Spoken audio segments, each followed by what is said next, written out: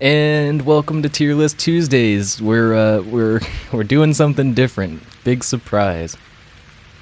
So I thought it'd be fun if we just went on. Now I feel like I'm too loud to me. I thought it'd be fun if we went to the Wikipedia homepage, just surfed it until we found something interesting. Yo-Yo said the picture was the way to go, I think, right? Yeah, well, I mean... Unless you want to talk about the Ba Congress. I don't feel like getting into politics kind of stuff. Yeah, it's just really not what we do here. Avoid. Yeah. So anyway, I'm going to scroll down. You said the picture's somewhere, right? I mean, for me, it was not far down at all. Oh, today's featured picture. Whoa, what? Mm-hmm. Okay. That's sick. I like that a lot. What is this? LiDAR. A method for determining ranges by targeting an object with a laser and measuring the time taken by the reflected light to return to the receiver. Oh. So this is like tracing pictures with lasers? Yep, pretty much. Due to differences in laser return times and by varying laser wavelengths. It has terrestrial, airborne, and mobile applications. Can someone just draw me pictures like this? This looks incredible. I'm zooming in real hard. Oh, it's like it's buildings and city streets and cars. I thought this was just like, dude, this is sick. You didn't see what it was before? No, I just thought it was like a bunch of like abstract kind of like red lights and stuff, but no, it's literal cars, and that's so cool. LiDAR, I'm clicking it, LiDAR. Oh, wait. LiDAR is a popular sensor for self-driving cars? Ooh. Alright, thank you to Daniel L. Liu for this. Oh, I need to set a timer. Oh no, where's my phone? Oh no, oh here it is. Alright, we're setting a timer for 1 hour. We're just going to deep dive down a bunch of links and see what happens. Alright. And go. Where do you want to start, man? Anything really... You said we were going on to LiDAR. Yeah, you know what? Yeah, I'm clicking LiDAR. Well, let's do that. LiDAR, and sometimes LiDAR. I thought they were all going to be LiDAR. Good for you guys. So you're taking lasers and measuring the time it takes for the light to come back to you. And that creates a 3D representation of the Earth's surface and ocean bottom, two things that scare the hell out of me. You're scared of the Earth's surface? Hell yeah, man. There's some weird people out there. Okay. I was going to say, you know, you walk and drive on that thing, right? Yeah, and it terrifies me every day. Fair enough. Oh. Okay, so it seems like there's a lot of different good uses for this. I want to see... I see technology. I'm looking at the contents now. Oh, right above that, hold on. The technology is also used to control and navigation for some autonomous cars and for the helicopter Ingenuity on its record-setting flights over the terrain of Mars. Did we fly a helicopter over Mars, dude? I mean, apparently. Ingenuity. A small robotic helicopter operating on Mars as part of NASA's Mars 2020 mission. Okay. Right. You want to jump down that link for a second? Yeah, let's go. Ingenuity is the name of the helicopter. It's a helicopter that flew on Mars. That's fucking fascinating. Nicknamed Ginny. Yo, Ginny on the Block went to Mars. That's a song I'd listen to. You know, Perseverance, I remembered.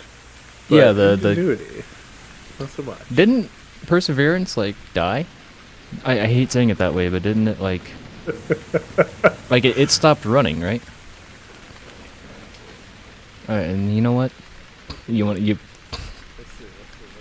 Are you clicking on Perseverance? Yeah. Alright, we're down this rabbit hole now. No. It's still running? Apparently, unless this is outdated, which, I mean, how could Wikipedia ever be outdated, you know? Dude, people are on this shit so fast. Exactly. Now, apparently there was one before. Oh, Curiosity. that might have been the one. Oh, Was nope, still operational. Really? What was the one that? Opportunity. Let's go back one Opportunity. more. Oh, is that you're on Opportunity now? So you clicked Oh, I'm Curiosity. going back and back and back. All right, so you said Opportunity. Where? I'm lost. There's too many. Hibernation, but it's not interesting. Oh god. Oh god. I'm still on Curiosity. How did you get to Opportunity so fast? Where is it on the? All right, so where I went, you see the panel on the right with all the information. Down at the bottom, it shows NASA Mars rovers and the next one in line and the previous one in line. Gotcha. Opportunity. Yep. Opportunity is still. No. Launched in 2003. 15 years. I think I remember, like, the last image that it took popping up on the internet for a little while. Yeah, so that's what I'm trying to remember. Was this that thing? Was that the... I don't know. Because I do remember there being, like, media of some rover that sent its last picture. Yeah. Not sure which one it was. I mean, was it even... Was it Mars further than... Is it the Spirit? No. Okay. So I'm going to read this last little paragraph because it did kind of interest me. Due to planetary 2018 dust storm on Mars, Opportunity ceased communications on June 10th and entered hibernation on June 12th. It was hoped it would reboot once the weather cleared, but it did not, suggesting either a catastrophic failure or that a layer of dust had covered its solar panels. NASA hoped to re-establish contact with the rover, citing a windy period that could potentially clean off its solar panels. On February 13th, 2019, NASA officials declared that the Opportunity mission was complete after the spacecraft had failed to respond to over 1,000 signals sent since August 2018. I appreciate that it's like Daffy Duck for the launch patch for Opportunity. Oh, Duck Dodgers. Yeah, Daffy Duck. I That's was right. about Okay, to cool. say, is it Daffy? It is Daffy Duck. It says Daffy Duck right next to it. Yeah, well. Why was that the launch patch? You know, I actually read the Last Man on the Moon thing, and I think they had a kind of similar, like, cartoon character on their patch. Cartoon characters do get used a lot for patches, both military and outside, to an extent anyways. Yeah. Mission over. We were gonna talk about Congress. Fucking nerds. It is already impressive to me that we started on a picture of a city street and are now, 3 Mars rovers deep. And guess what? It's been 6.5 minutes. Yeah! I kind of want to go on the NASA website, but I don't know if it's worth it. Nah, let's. What else can we learn about the Opportunity? It landed in a crater in the middle of a plain field. I remember reading that somewhere. Thought that was kind of funny.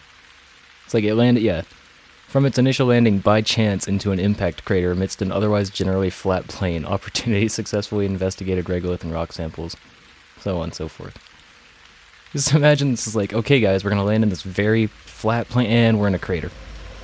I mean... Shit. You try your best, you do what you can, but sometimes you can't account for every variable. I wonder how many, like, millions of dollars that could have possibly just ruined, just burned away if this thing just, like, landed and broke on impact. I mean, surely somewhere in here. I was gonna say, find me how much money did this bitch cost? Oh boy. Power launch landing, heat shield, honors, superlatives.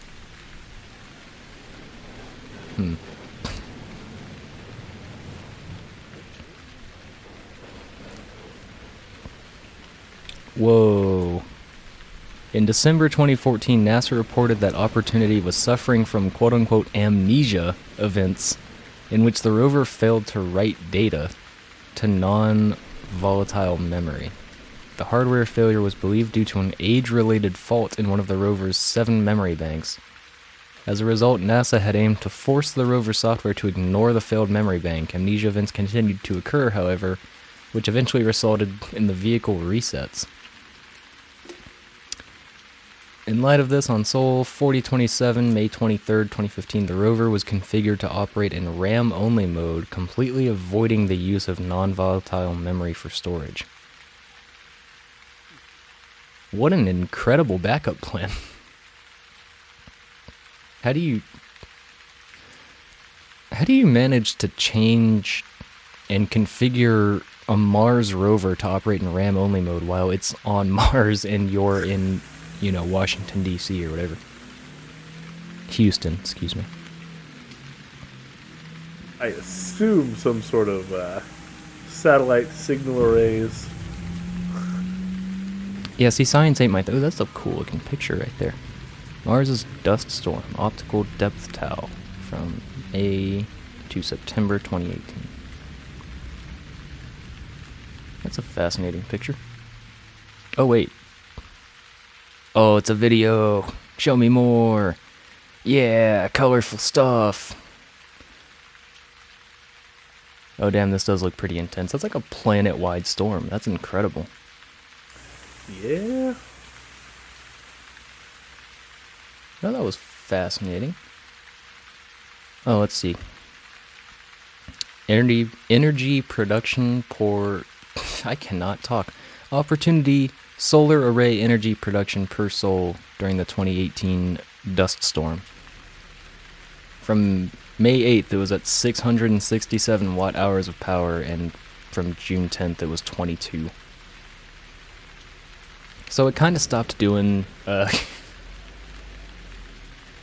pretty much everything. Yeah, I mean...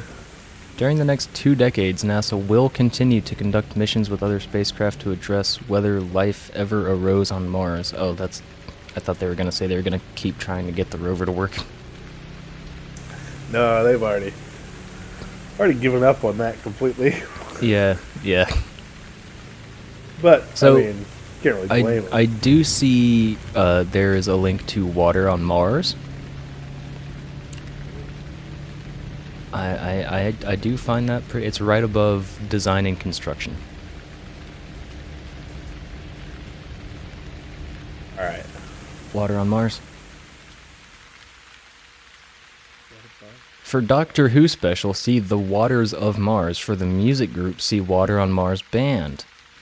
No,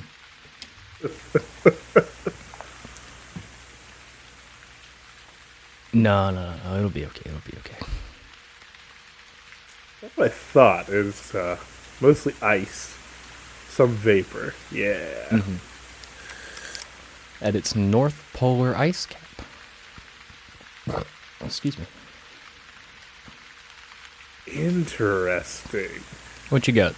So, the very next line is what was thought to be low-volume liquid brines in the shallow soil, also called the recurrent slope lineae? Maybe grains of flowing sand and dust slipping downhill to make dark streaks. So, we thought there was potentially, like, salty water, basically. Okay, yeah. In the soil. Dusty, sandy water. Apparently not so much. Apparently, if it is in there, it is ice. It is not water. It is ice. I mean, that's still pretty fascinating. Oh, hey, there's the Curiosity rover. The link's already purple. Aeolus Palus in Gale Crater, explored by the Curiosity rover, is the geological remains of an ancient freshwater lake that could have been hospitable environment for microbial life. Glad I said it right. Present-day inventory of water on Mars can be estimated from spacecraft images, remote sensing techniques, measurements, and surface investigations from landers and rovers. Nice, nice.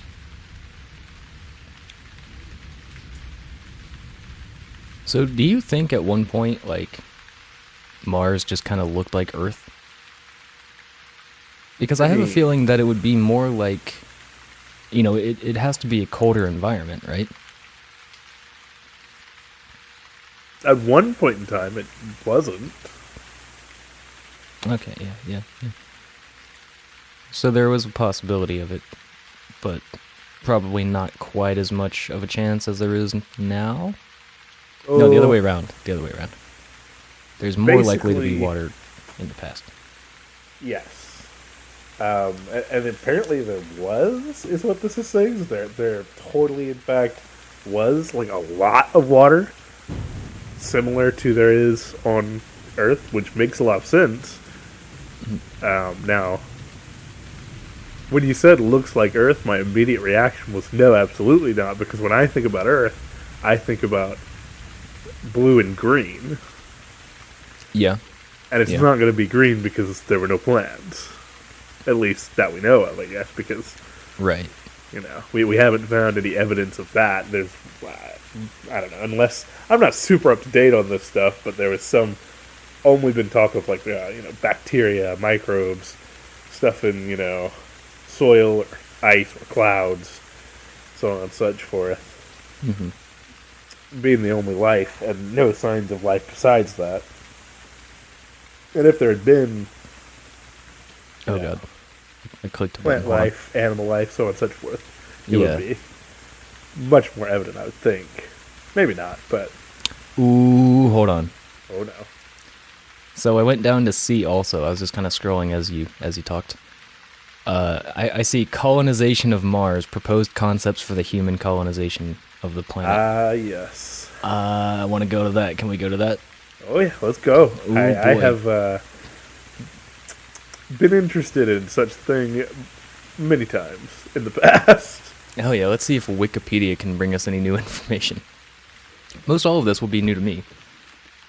The hypothetical colonization of Mars has received interest from public space agencies and private corporations, and has received extensive treatment in science fiction writing, film, and art. 3 of my favorite things. Wait, Lockheed Martin was planning on colonizing Mars? That's fucking terrifying. Is it? Yeah, they fucking make weapons. They're like a security company. Whoa. Why you gotta give them such a bad name, man? They make planes. Lockheed Martin Corporation is an American aerospace, arms, defense, information security, and technology corporation with worldwide interests. More than just that, they're going to fucking Mars. That's what they say, not just this world. Yeah.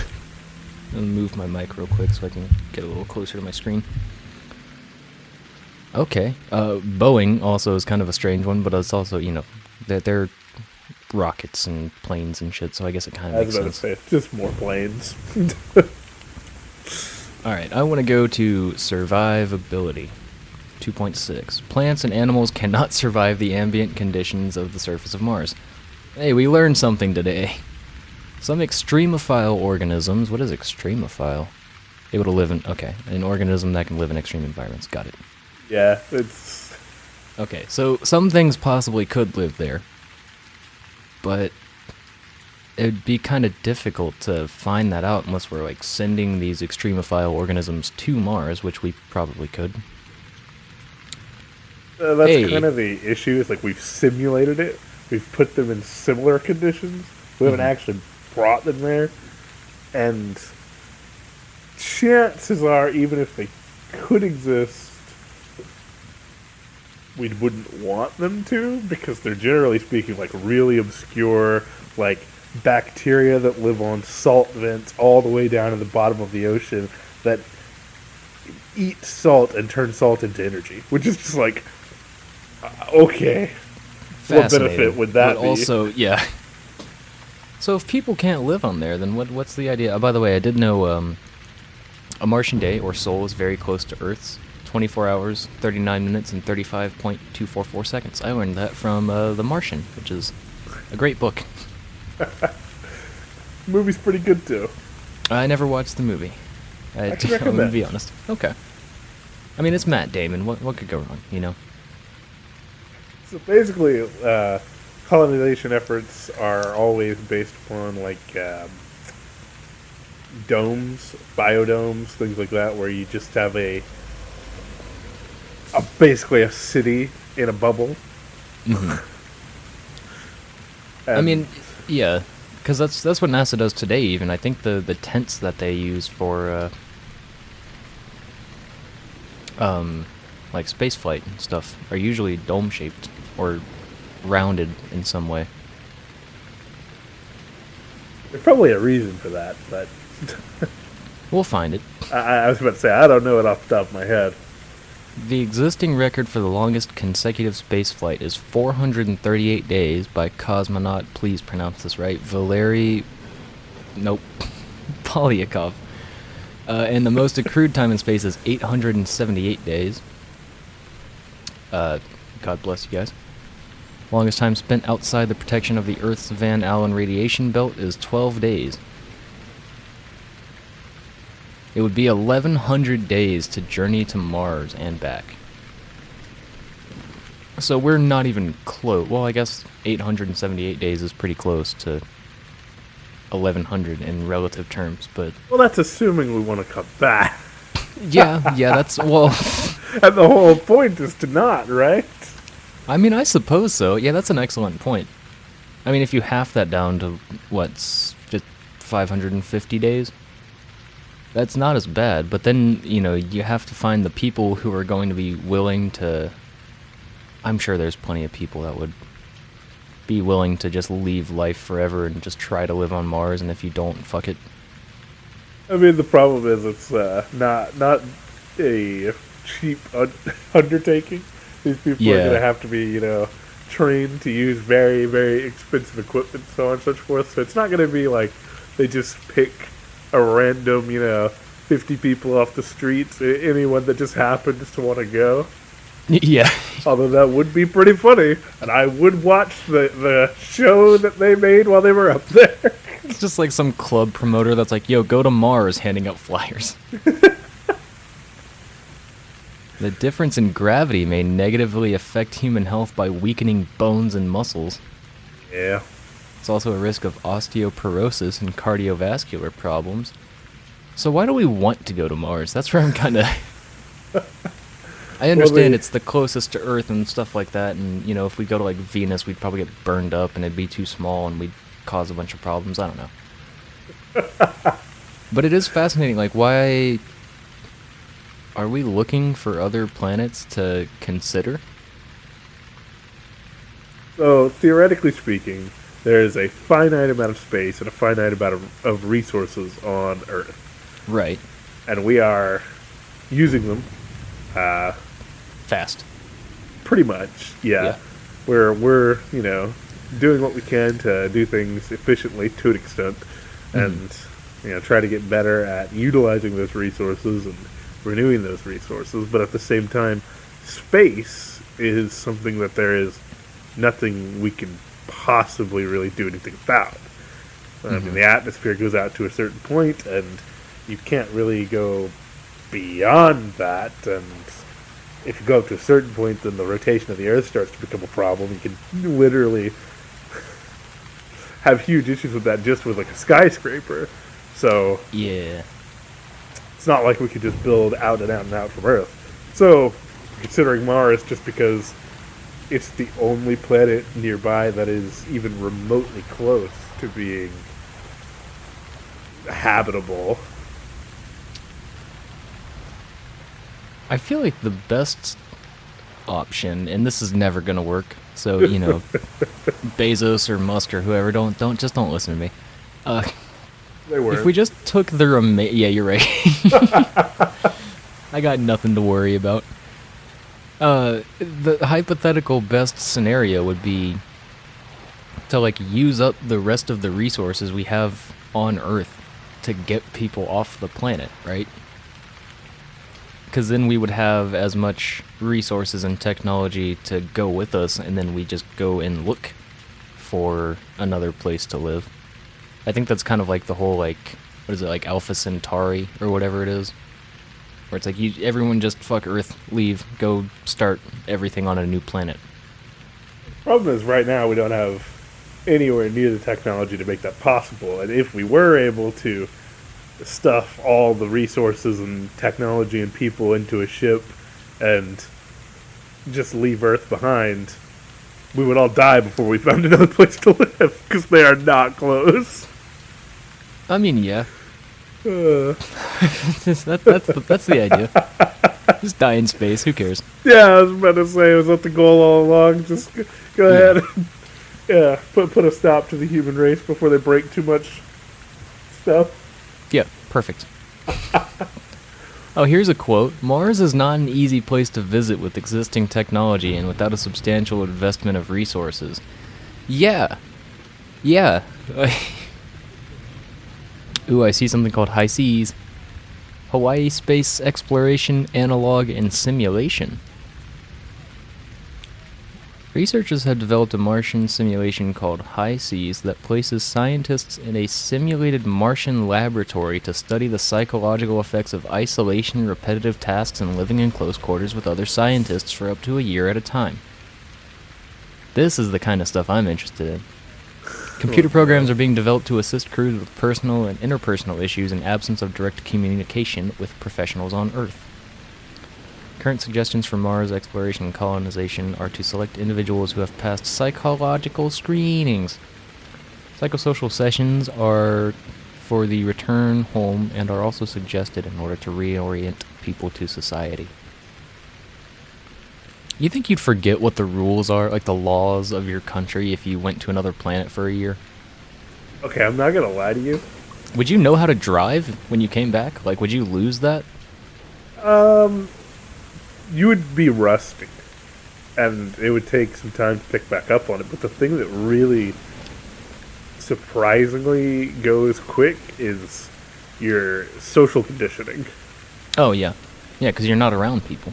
It's crazy. Like, I spent like a month not talking to anyone, and by the end of that month, I felt like I had forgotten how conversations worked.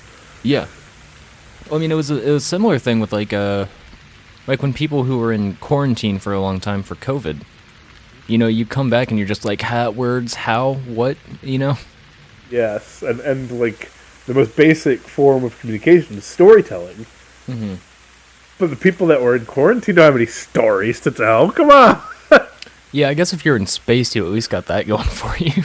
Maybe, but I mean, but then what if you don't? There's what if nothing you out get there. so accustomed to like doing what you do in space that you're just like, yeah, I was in space, it was all right, and you just don't go beyond that? That's kind of the issue, and the thing that people don't realize is that, like, okay, yes, you are in space, you're among the stars. It is really, really cool in concept. In actuality, you're in a box. Yeah. Surrounded by nothing. For Yeah. miles. More than miles, man.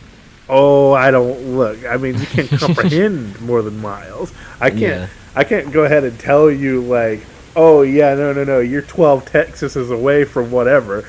You got no concept of that. That doesn't mean anything to you. It's miles. It's a big distance.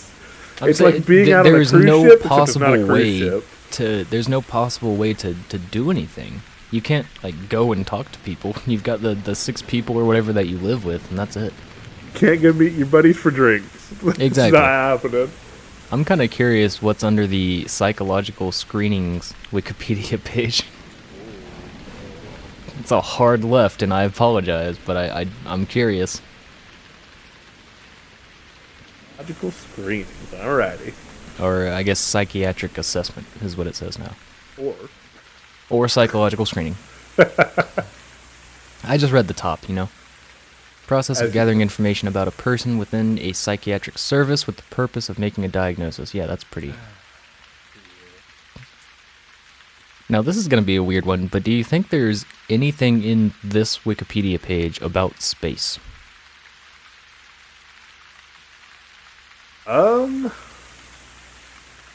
Probably not specifically. I kind of doubt it. I mean, maybe, because it is something that is important, and there are a lot of studies that people do about, like, isolation and what that does to a person, especially with, COVID going on and all that. All the fun stuff. It's kind of a real world study, Yeah. So it is kind of topical, so maybe, but I doubt it. So I was looking through, there's the forensic psychiatric assessments, where it's like, is someone able to represent themselves in court and stuff like that. I see stuff about Child Protective Services. I'm going to kind of skip over that because that's a heavy topic. There's a lot of heavy topics with this stuff. Yeah, probably didn't pick the best one going psychiatric assessments. Great mental health, Yeah. All kinds of... We're getting into... Oh, here's a physical examination. I'm kind of curious to see. A thorough physical examination is regarded as an integral part of a comprehensive psychiatric assessment. Why? Oh, this is because physical illnesses are more common in people with mental disorders. Interesting. Because neurological and other medical conditions may be associated with psychiatric symptoms and to identify side effects of psychiatric medication. I've always kind of been fascinated by this stuff because I remember at one point in high school, I was diagnosed with ADHD. And so my doctor gave me some kind of, ADHD prescription medication. And I took it, and I gained a lot of weight, and I was very angry all the time. And I was just like, what does that? Like, hypothetically, it's like, if you have medications for the same symptoms, but then they have different side effects. I know that's a very simple thought, but, like, it's kind of interesting to me that I ended up taking a different ADHD medication and it was fine. So medicine in general is really, really odd because generally speaking, we are in some way, shape, or form mimicking something that's already in our body or manipulating it or something along those lines. Mm-hmm. But everyone is different, a little bit, anyways. Mm-hmm. Like, baseline is the same, but the balance of things is not always the same, and there are always differences. That's part of how, evolution and everything keeps going and working. So, the side effects that people experience,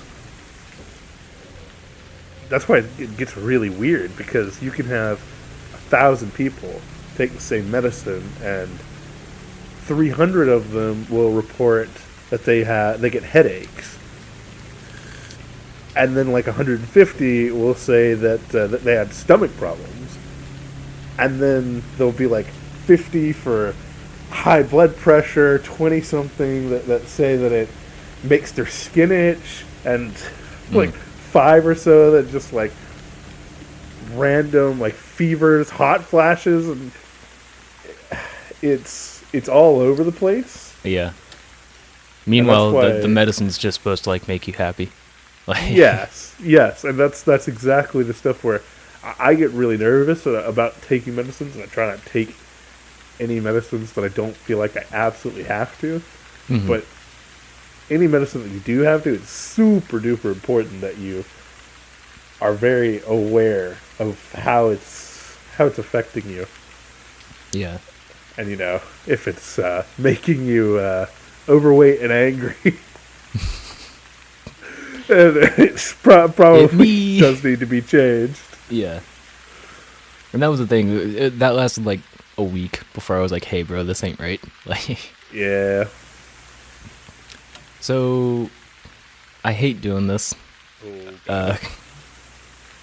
View history is not history of pages we've looked at. It's history of changes. Interesting.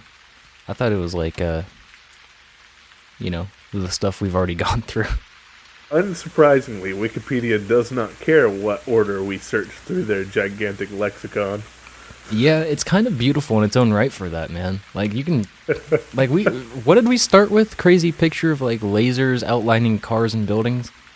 Yeah, LiDAR. Sick. Quite the jump. It's something. Oh man, if you want to try to get us out of this sad mess of psychiatric assessments, I'm not gonna lie. I've been really digging through this stuff, trying to find something that doesn't seem like it's just gonna lead to sad. Yeah. Yeah. I mean, we can backtrack. There's no shame in that. No. We gotta go forward. There's no going back. I mean, back is what's back there? Mars rovers. Water on Mars, the band. We'd have to go back. Like, how far? Like 2 pages? Yeah, that's not worth forwards? Oh my god. Not worth it. But I am seeing a lot of these links, and I'm just like, man, I think I messed up by clicking psychiatric assessment. I mean, we could just go on a few jumps. We could hop into some formulation, and then just like straight into something else. See where that gets us to. I mean, here's the thing. I keep going down to the C also, because I'm just like, this, it's related. Yeah, that's why it's there. It's related. None of them are really screaming at me except for the seasonal pattern assessment questionnaire, because I want to feel like I want to answer some questions. But I don't think they're going to have the questionnaire in the Wikipedia page. I think it's just going to be what it's about. They definitely won't, but it is an interesting topic in and of itself. All right, let's jump down this rabbit hole. The Seasonal Pattern Assessment Questionnaire, or SPAC, is a simple self-administered screening test for seasonal affective disorder. Yeah, all of this stuff kind of came around. It was like the mid-'80s to '90s, where just like it was like around the same time that like communication became like more understood, I guess, as like a intellectual topic. And it is kind of fascinating for me to see, like, when we first started getting into, like, understanding what's happening in our heads. I really hate that seasonal affective disorder is acronymed as SAD. I knew you were gonna get there. I knew you were gonna see it, and I knew you were gonna comment on it. I was just sitting here like, when's he gonna say the sad words? Come on, say the sad words. Come on. Oh, God. Yeah. Oh, wait. Hold on. It was first developed by American psychiatrist Norman E. Rosenthal. He seems like a nice guy. And his National Institute of Mental Health colleagues in 1984, and continues to be widely used. It is a self-administered paper and pencil test that is freely available in the public domain. Do you want to take the SAD test? I was going to say, I mean, we certainly can. I opened the link and it took me to a scientific paper. Oh.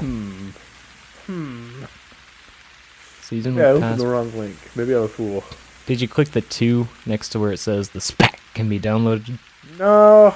Oh. No, I clicked the 1, which is the scientific paper. Oh. Oh, no. Does the 2 bring... Oh. Seasonal Pattern Assessment Questionnaire. It's a PDF. The page you've entered does not exist. Yeah, I was about to say, I don't, didn't work for me. Big old Atlanta area code.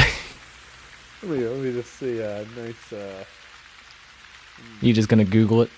I'm curious to see, what all it entails. Ooh, this sentence. Some studies have questioned the overall validity of the SPAC, and even the concept of SAD itself. which I know they mean seasonal affective disorder, but I really like the idea that they're just like, yeah, I don't know, sad doesn't seem like a real thing. Interesting. Okay. What'd you find? I found just like a basic seasonal pattern assessment questionnaire. Okay. Basic SPAC. Yeah. And I don't know if this is the one that they were originally using. But basically, it just asks like basic information about, who you are, how long have you lived where you live, and then to what degree do the following change with the season? Ooh, now send me a link to this. I wanna be able to take this test. Yeah. Oh no. Oh no. Let's get ready to be. Well, the concept of sad itself isn't real, according to some people. So, should I send it on Discord or Skype? Send it on Skype. It's fine. Send it on Skype. I see. Oh. Is that going to be harder? Which one's easier for you? Oh, Discord's definitely easier. Oh, well then yeah, just go. I'll pull up Discord. Only because I don't know what. I've got Skype now. It took me only a moment. I apologize. Oh, that's all right. I got. There, I see. Used to, I would click on the top right-hand corner, I think, to pull up the conversation. And then now it's in the bottom left. Which yeah. Oh, this is very, it looks pretty seasonal affective disorder. Not a lot of... I don't know why I expected some color on this page, but No, it's a very, very straightforward test. Yeah, let's see. I'm just gonna start answering some of these. Let's see. Place of birth. I don't know. I was about to say, are you now? Are you really gonna start answering these?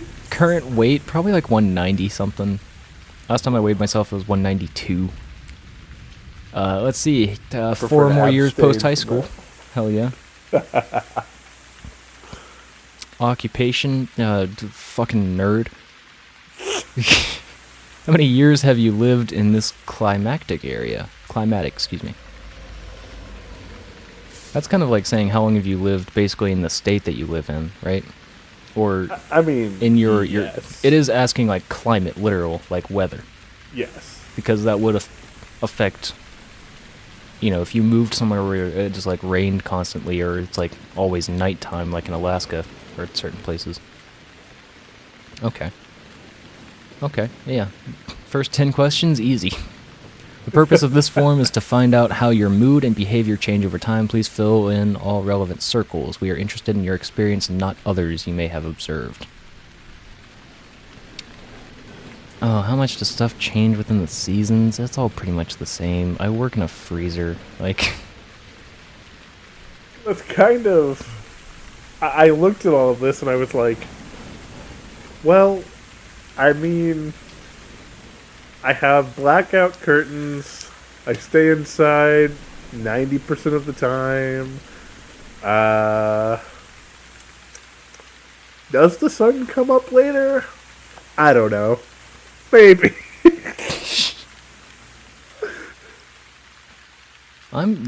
Question 12 is actually kind of fascinating to me because they have each month laid out and they're just like, which ones do you feel the best, gain the most weight? This is actually stuff that would be really interesting to keep track of for yourself, just for like a literal health basis, It is okay. So there are some things here, like I don't think how much I sleep changes, but yeah. I do know that I am generally more socially active in every single season that is not winter. Too cold to go anywhere?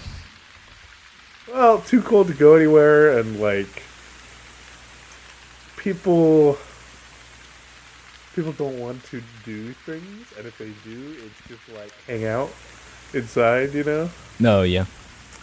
You can do that at home. Yeah. You could get on a Wikipedia page with your friend over Skype and... I mean, you could. It's... Thank you for completing this questionnaire. Yeah, man, I didn't answer the last, 6. I hope that's alright. Anyway, Wikipedia. Yeah, how do we get out of this this sad hole that we've put ourselves in? See, we don't really have all that many... we could go look at Mr. Norman. Mr. Norman E. Rosenthal. Oh, yeah. He had a nice smile on his picture. I was happy with that. Yeah, he looks okay. Mr. Norman E. Rosenthal. This article is about the American psychiatrist. For the English curator, see Norman Rosenthal. He looks way less happy. His mouth is doing the exact opposite of Norman E. Norman E. is a South African author, psychiatrist, and scientist who in the 1980s first described seasonal affective disorder and pioneered the use of light therapy for its treatment. I have never heard of light therapy, by the way. Light therapy or phototherapy, classically referred to as heliotherapy, is a method recognized by the scientific medicine for the treatment of various diseases. Oh. It includes exposure to outdoor daylight or specific indoor artificial light sources. Outdoor or indoor light sources? I might actually be trolling, because I think this is for, oh no. Oh, wait. Are we going down the light therapy rabbit hole? I haven't clicked on it. Oh, okay. I'm just, what is it, jaundice? Is that what a baby's skin color is? Like, yellow? Jaundice is, yeah. It's not a baby-only thing, though. It happens when you have issues with your liver. I had an issue with jaundice last year because I drank too much. And, yeah, and then I had a subconjunctival hemorrhage in the eyes, and my eyes and face turned real yellow. It was fucking sick, dude. I loved it. I felt fine. That was the thing, it's just my eyes and the area around them just looked awful. Was part of your treatment to get light? No, but I do want to click on the light therapy Wikipedia page. Okay. Because I want to see what artificial light sources you can have that might... Well, it says various diseases. I'm assuming that's not like... See, because they mentioned seasonal affective disorder. But then I don't think that's considered a disease. I mean, it's all semantics in that regard, because it's, I guess, yeah. It's a disorder. It's not technically a disease. It's not something that you can, spread around, but at the same time, theoretically, everyone suffers from it to one degree or another. Yeah. See here, it helps with circadian rhythm sleep disorders and jet lag, which is kind of fascinating. I want to know how it works, though. Chronic circadian rhythm sleep disorders, CRSD, such as delay. The timing of light exposure is critical. Light exposure administered to the eyes before or after the nadir of the core body temperature rhythm can affect the phase response. I am not a scientist, my guy. You need to help me out here.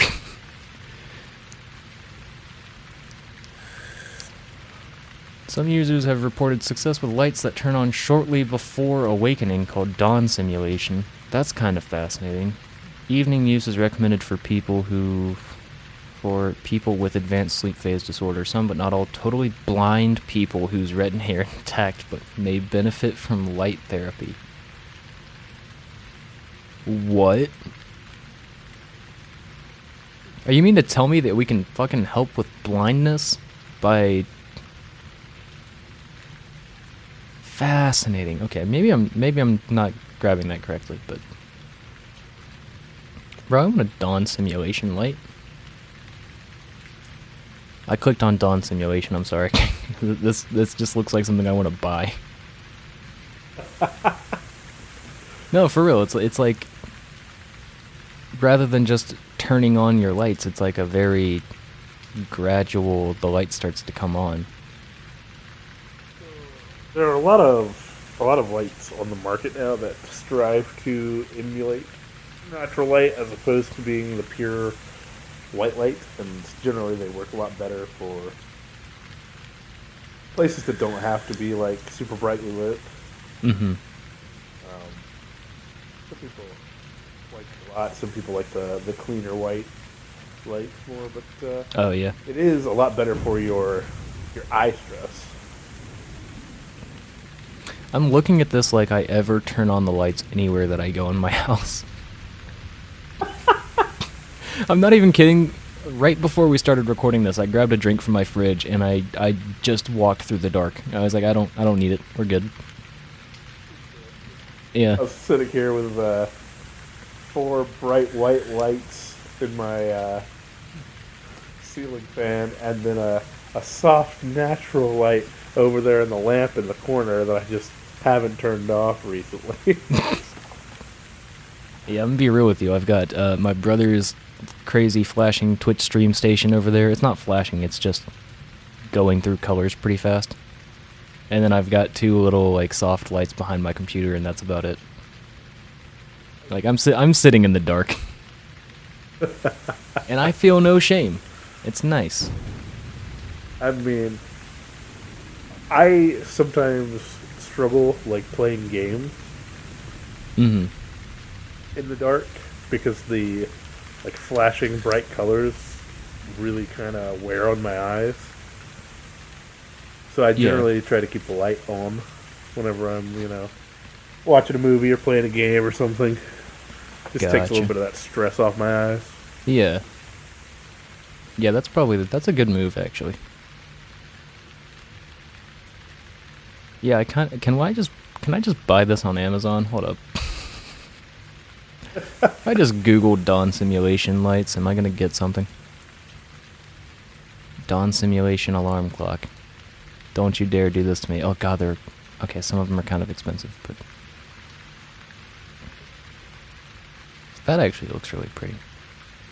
I guess. Why am I now I'm just shopping for shit.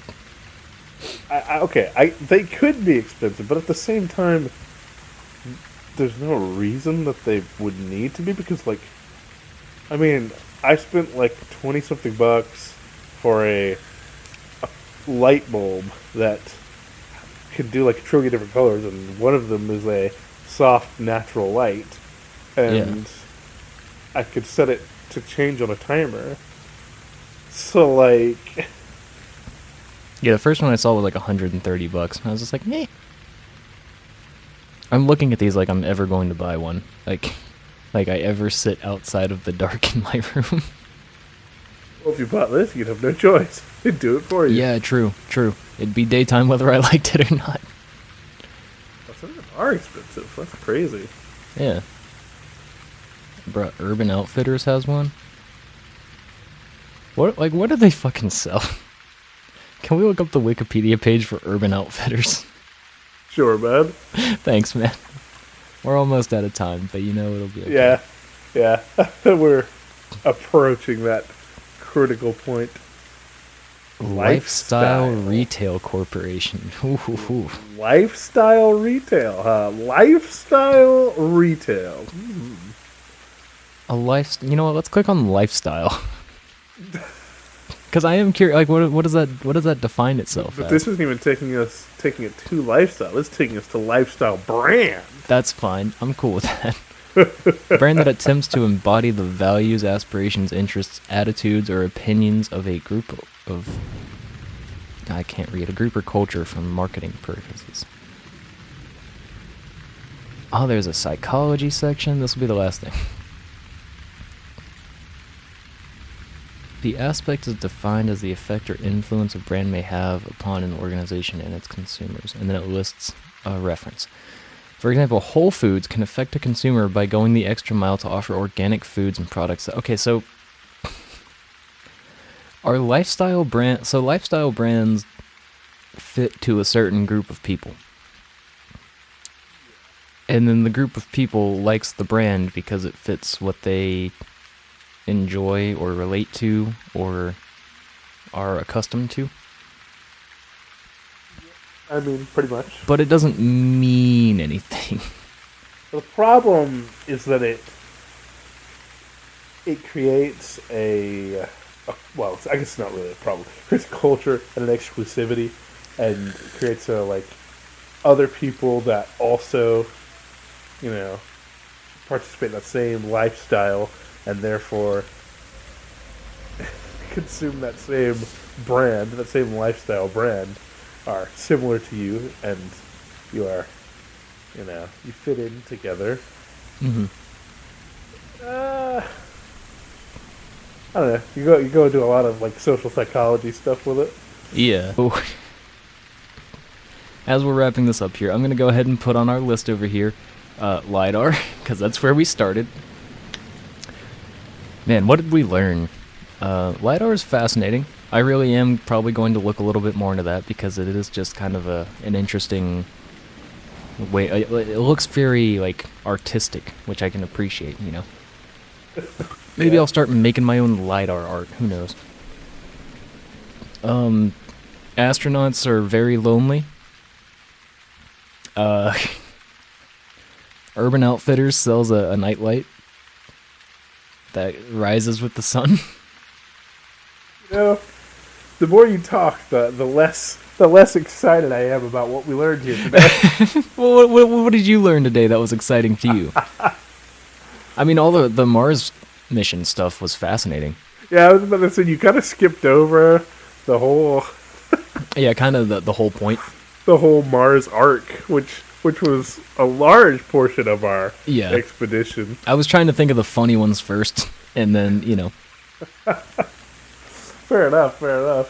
Yeah, this was an interesting rabbit hole. I kind of liked jumping down from, like, because we started with something very, like, scientific, and it moved towards more, like, social science, which I lean more towards that stuff, and, you know, I feel like I get more fascinated by, like, psychology and social science kind of stuff. But space is pretty fascinating, man. So where would you rank this rabbit hole of a day we just had?